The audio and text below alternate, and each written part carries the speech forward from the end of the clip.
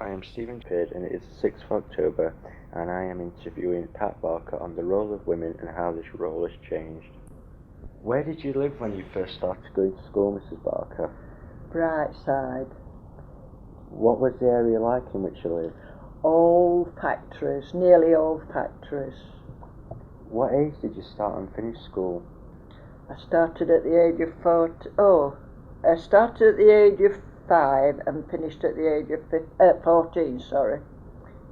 How did the education boys receive compared to the education girls received? Well, I think it was the same. I never noticed any difference. What did you study in school though?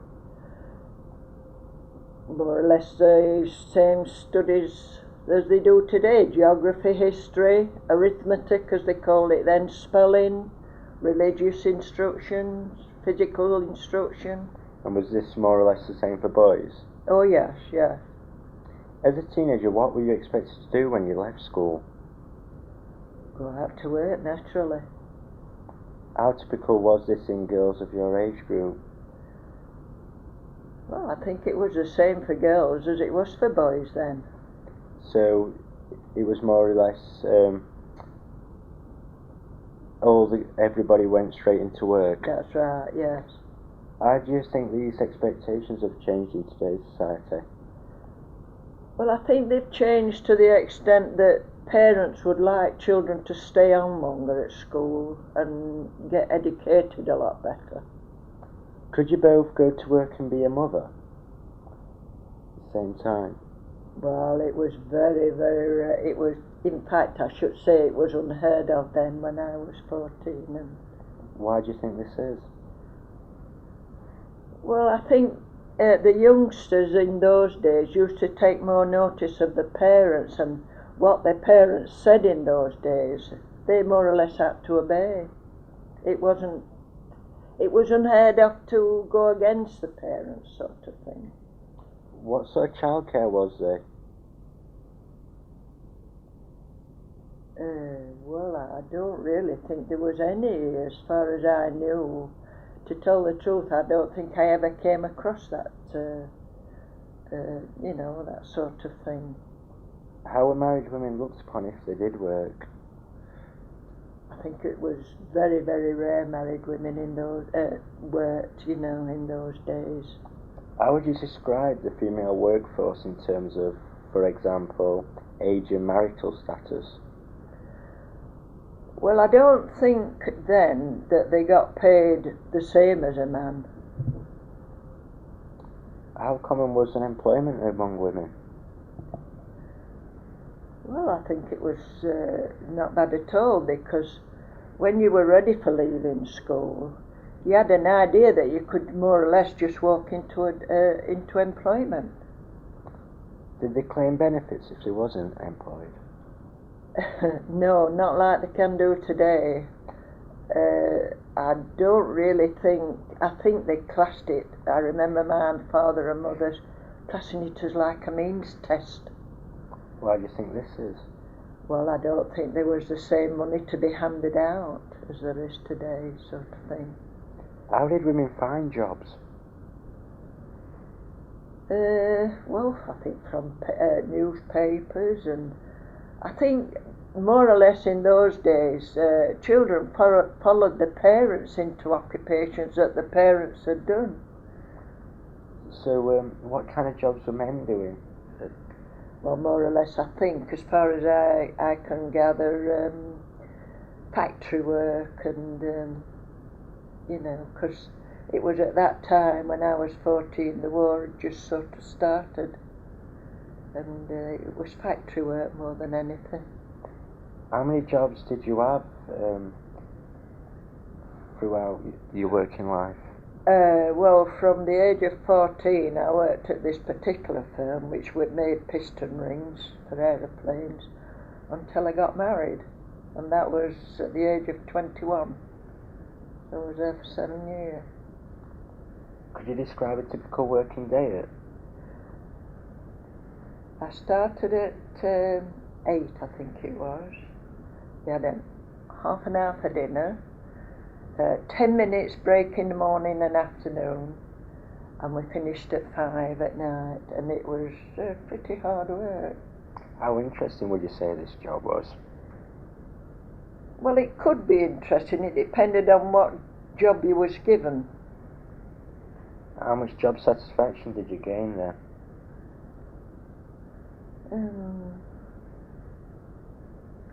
I think I enjoyed it. I think otherwise it couldn't have been satisfactory, else I wouldn't have enjoyed it. How was you treated by your employer? Well, at that firm in particular, quite well. Was this typical of most women? No, I don't think so. I think if you did your job well, they treated you well.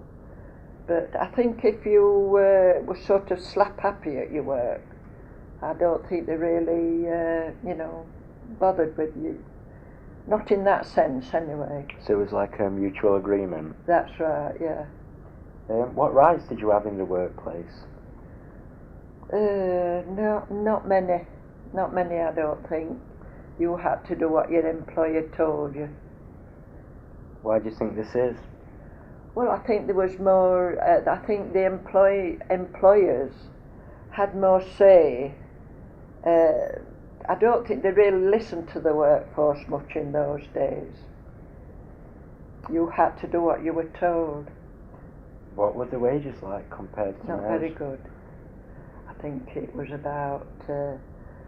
I think when I first started work, I got £3. Was this? Were males of your age getting the got same more pay? than that. How much more could you say? Well, I couldn't say to be exact, but I did know they got more. But a man would never tell you how much he got because it was like a secret. I don't think they wanted women to know in them. How much of your wages did you keep? Save? 5 shillings. What was your wages spent on as a whole? In fact, when I first got paid the £3, I think I remember my mother saying to me, "I'll give you a shilling for every £1 you earn." So, could you live on this money you were earning? Oh yes, yes. Comfortably? But didn't go out, probably went to the cinema perhaps once a week and swimming baths once a week, and that was it, sort of thing. Did women ever join trade unions at all? Oh yes, I used to be the stewardess for a trade union. Tell me a bit about that. What did you do? It was the transport and general workers. Well, I used to go around collecting the fees from the other union members, and if anything was that upset one of the members, I used to have to go and speak to the employer about it. See. So, did you ever take action on anything? No, I wouldn't say I ever had to take action, but I remember having to go and see the employer, and also the owner of the firm came down to the firm, and we went into the boardroom and had a discussion about it. That was the only time I really, had to. How successful was the action you took? I think at the time it seemed to be serious, but looking back at it now, I don't think it really was. But at the time then, it seemed to be really serious, or otherwise it wouldn't have gone to the head man, the owner. And would you be willing to tell me what it was about? yes, it was. This young woman was working on a drill. And it was a rule in those days in factories, everything that was working that was detrimental to anyone's physical attributes, it got to be covered, like a screen round. And as it happened, she got her hair fast in this drill, higher up the drill, because she used to pull the thing down, and her hair got fast and it pulled a great big, and in fact it fetched blood. And I think she was off work about 2 weeks.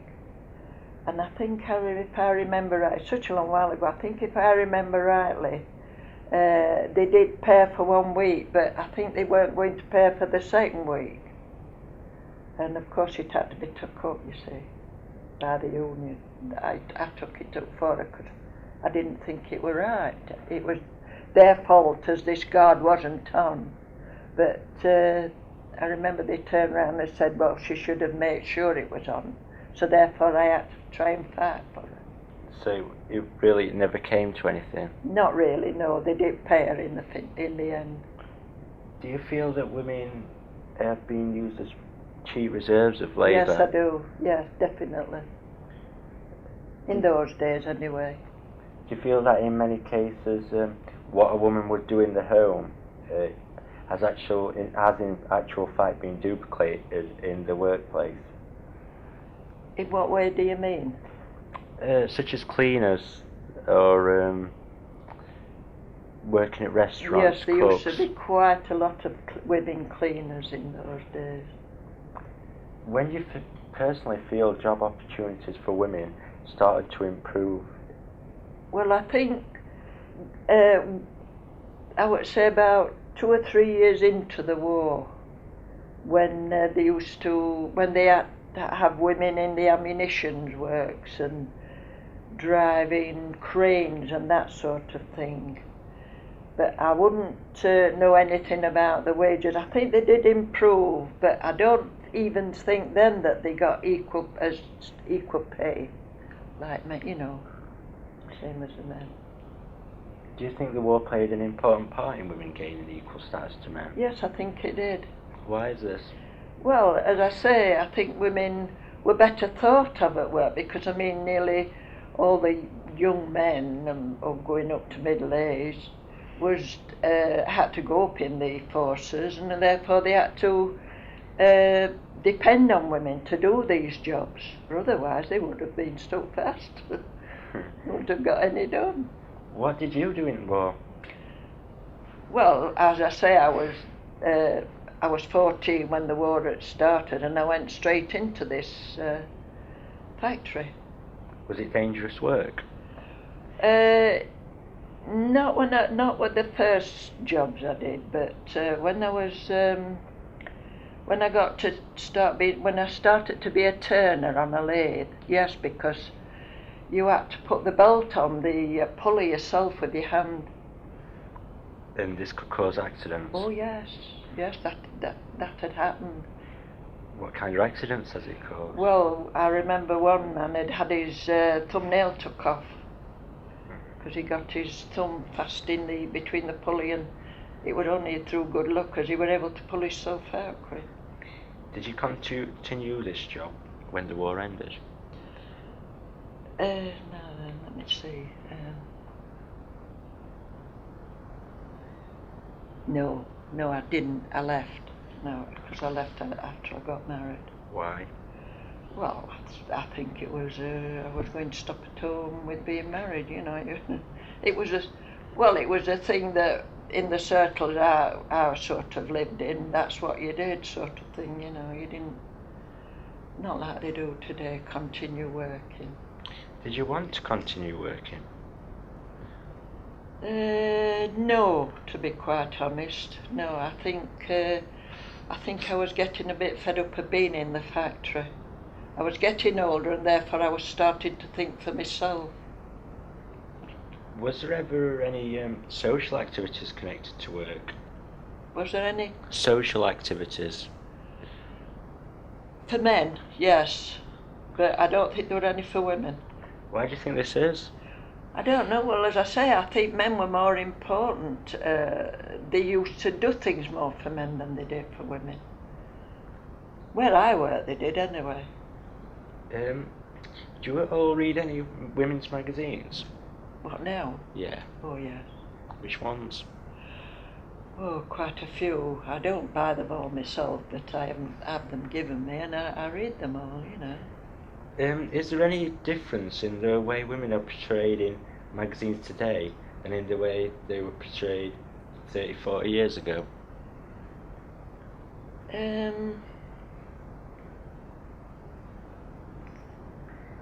No, I don't think so, taking it on the whole. I think there's more fashion models today than ever there were. You know what I mean? You didn't read as many fashion books. There weren't as many fashion books as there are today. Is this true to novels also? What do you mean, hardback novels? Well, any book at Any all. novels? Yeah. Has the way women's been portrayed changed at all? Yes, I would think it's about the same. What images of women were you exposed to at the cinema?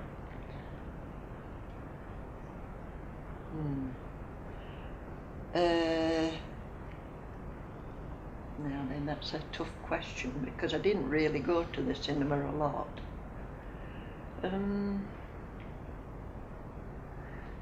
I don't think women were portrayed the same in those days in the cinema as they are today. They're more female fatales today, I think. What's that mean? They put there for a reason, sort of thing, in today's cinema. When you was my age, what did your parents do in the evenings? Listen to the radio or read. What role did your father play in the house? Well, my father was unemployed for 13 years. In the Depression? Yes. And it was only going on towards, I would say, 1939, 1943, when he got a job in a factory, steel rolling mill. What did your mother do in the house? Oh, well, she just did the everyday job, looked after me and my brother, and then she worked in a fish and chip shop at night. Did your father ever look after you or play with you when you were younger? Oh yes, definitely. How typical a role was this of a male father? Oh, he used to look after us, and we used to go walks to the park, and I thought he was quite a good father. But would you say all fathers did this, or even? Oh no, I wouldn't. See, your father's quite unusual in this sense. Yes, in a sense, I think he was. Yes, he took his role of father quite serious, and he used to do jobs around the house, you know. When you yourself married, what were you expected to do? Stop at home. What? Look after the family. Do you know why this is? Well, no, I think it was just an accepted thing. Do you know what happened to unmarried girls who became pregnant at all? Oh yes, they were looked on in very... in fact, it wasn't a subject that you really talked about. If you did, it was behind closed doors sort of thing. Do you know what happened to the babies? Well, I think some was given away for adoption, and I can't remember ever knowing one being looked after by its mum or mum. Yeah. Father. As you grew older, were you ever encouraged to take an interest in politics? No, I won't say I was in... Oh, no, wait a minute. I remember walking round the streets in those days. They used to go around, the young ones used to go around with tin cans, one on each hand, clapping the tin cans together and saying, vote, vote, vote for Mr. So-and-so. I remember doing that. Do you take an interest in politics? Yes, I do. How do you think that women getting equal voting rights to men has affected her role in society? Oh, I think it's affected them very much. How did you feel when Margaret Thatcher became the first Prime Minister? Numb. Why is this? Well, I'm not... I didn't believe in what she was saying. But you did think it was a great victory for women as a whole? Well, she made it out it was going to be a great victory for women, but in the long run, I don't think it really was. Mrs. Barker, thank you very much.